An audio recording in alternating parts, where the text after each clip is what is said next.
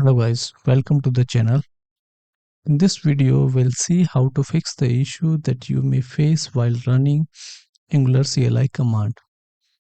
This is very common issue when you try to run any Angular CLI command very first time. You can see on my screen here I'm trying to run ng hello world command. This I'm trying to create a new Angular project.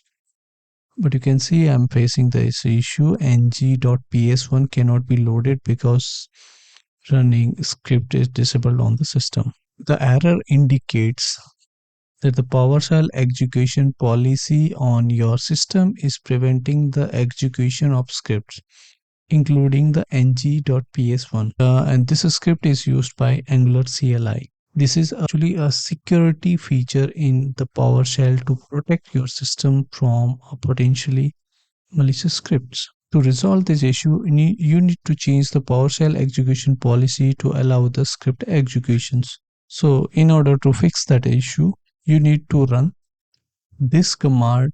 Just copy this command, okay, and paste in your terminal, okay. So now we have executed this command successfully. Now we should be able to run the ng hello world command.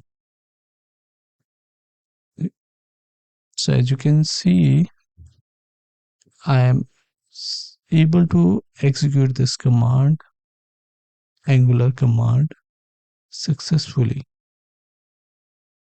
If you found this video helpful, go ahead and hit that like button and don't forget to subscribe for more insightful contents. Thanks for watching. See you in the next one.